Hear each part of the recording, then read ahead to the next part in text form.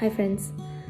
So with all the temperatures going down to 30 degree Fahrenheit, 20 degree Fahrenheit, and being it is January and February months, especially the place where I live comes under zone 6. So the composting is very tough. So it wouldn't even turn to the finished compost. And it will take a long time. So even in summer, what I noticed is unless we follow all the right methods to do it with all the correct amount of water and correct amount of dryness in the compost and heat, that's when it turns into compost within 4-5 weeks.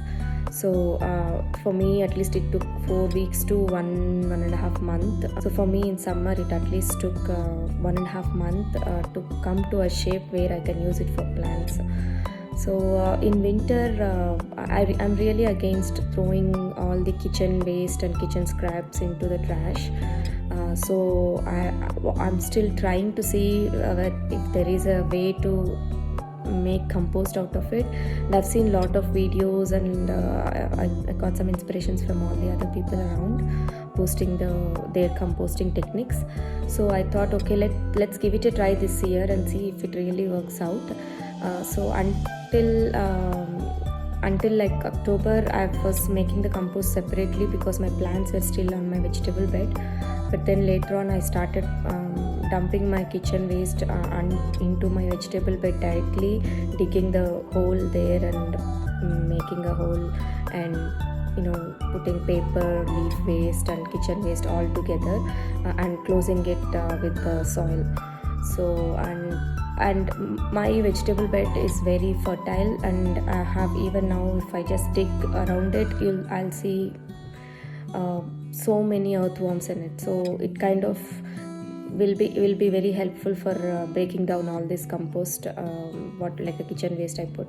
So I'm going to show you how I'm doing it, and I have got success already, because November, December were not so were some days were really cold, but the other days were around 50 degrees or so. So it was helping the kitchen waste to break down, and it is mostly sunny in the area where I have my vegetable bed.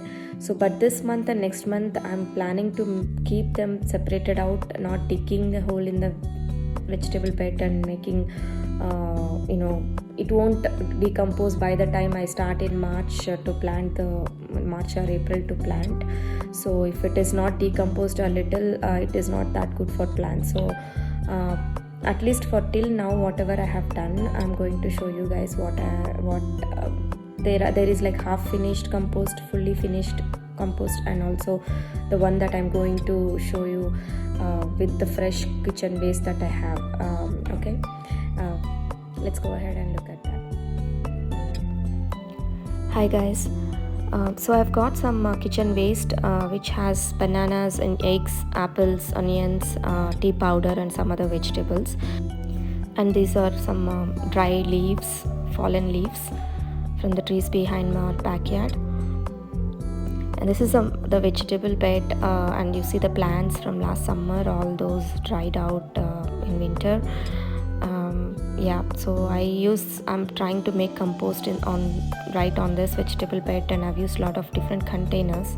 So one of them is a soda bottle with all the holes and underneath it, and this is a pot. It has kitchen waste, and on top is the soil. I'm trying to show you underneath each container, if you can see earthworms. You see under this pot you have so many earthworms. So they're trying to get into the pot through the holes and decompose the material and feed on them food. So I also use some brown bags like from Brahms, and I use onion bags, like the plastic bags.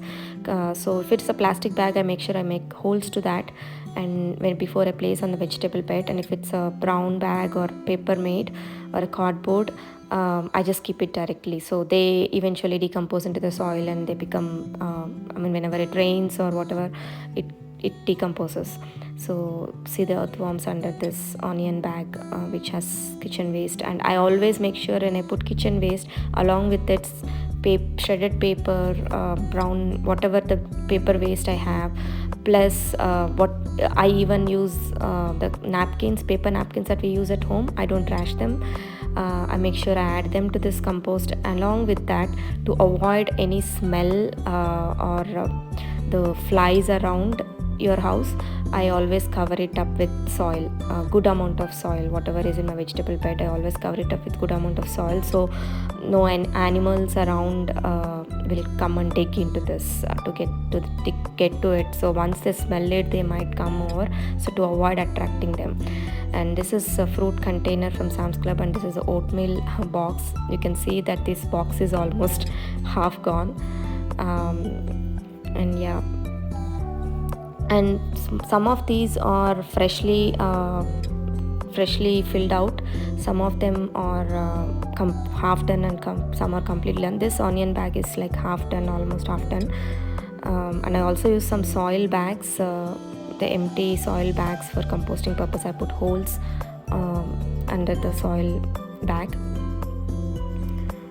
So I'm just trying to lift the boxes and show you. And I always make sure I at least put half, make sure the box, half of it is under the soil. So whatever is half done or almost done, I am planning to, by March or April, I'm planning to mix it in this vegetable bed. If it is like very it's not even started decomposing, I'm going to move these bags aside and let them finish the process, and then I'll mix it up. So look at the earthworms here. So there's like at least 10 to 20 of them right here. So if we dig through it, the soil, you would see more. So this soil is almost very ready for planting. So as far as my experience, last year, whatever I saw the performance of my plants, it was so good. I got good produce, whatever plants were there here, because that year all summer when my parents were here, she always used to make sure, she just used to dump the kitchen trash on top of the soil. If it's some of them, she used to dig and my mom used to dig and put soil on top, but then most of the time, if it's onion waste or garlic waste, she used to put on the top. So she used to say that because of onion smell and the garlic smell, the snakes wouldn't come around the garden bed or around the house, so that would repel snakes. So that's a good tip.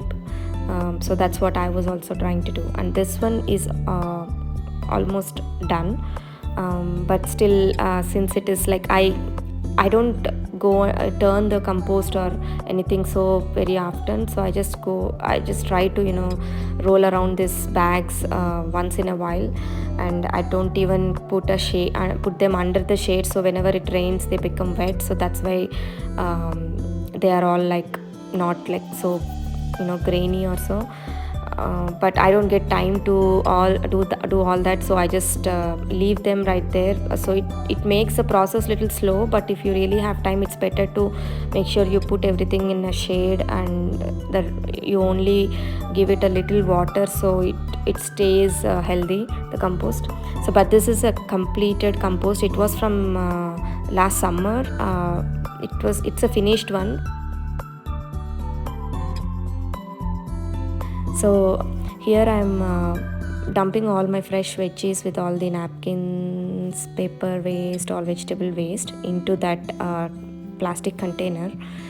There's some already under it, one layer, which is almost like a week ago or so I've filled it. So there is more place here, so I'm putting in this container, and after I adjust all this, I'm going to put some soil on top of it. So next is the dry leaves on top of the kitchen waste layer. Since I have already some soil and some dry leaves underneath the kitchen waste, I didn't put anything there. On top of it, I put some kitchen waste.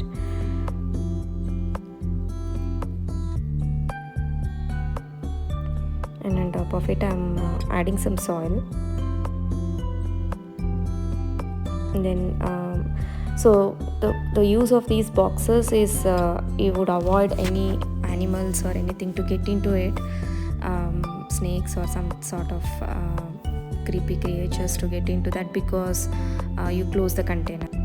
So that's another vegetable bed where I put some more kitchen waste under the soil, and those are my garlic plants where I planted them in summer and that's still alive even in winter. So that's about it, guys. If you like the video, give a thumbs up, please share and subscribe, and make sure you like the video. Thank you.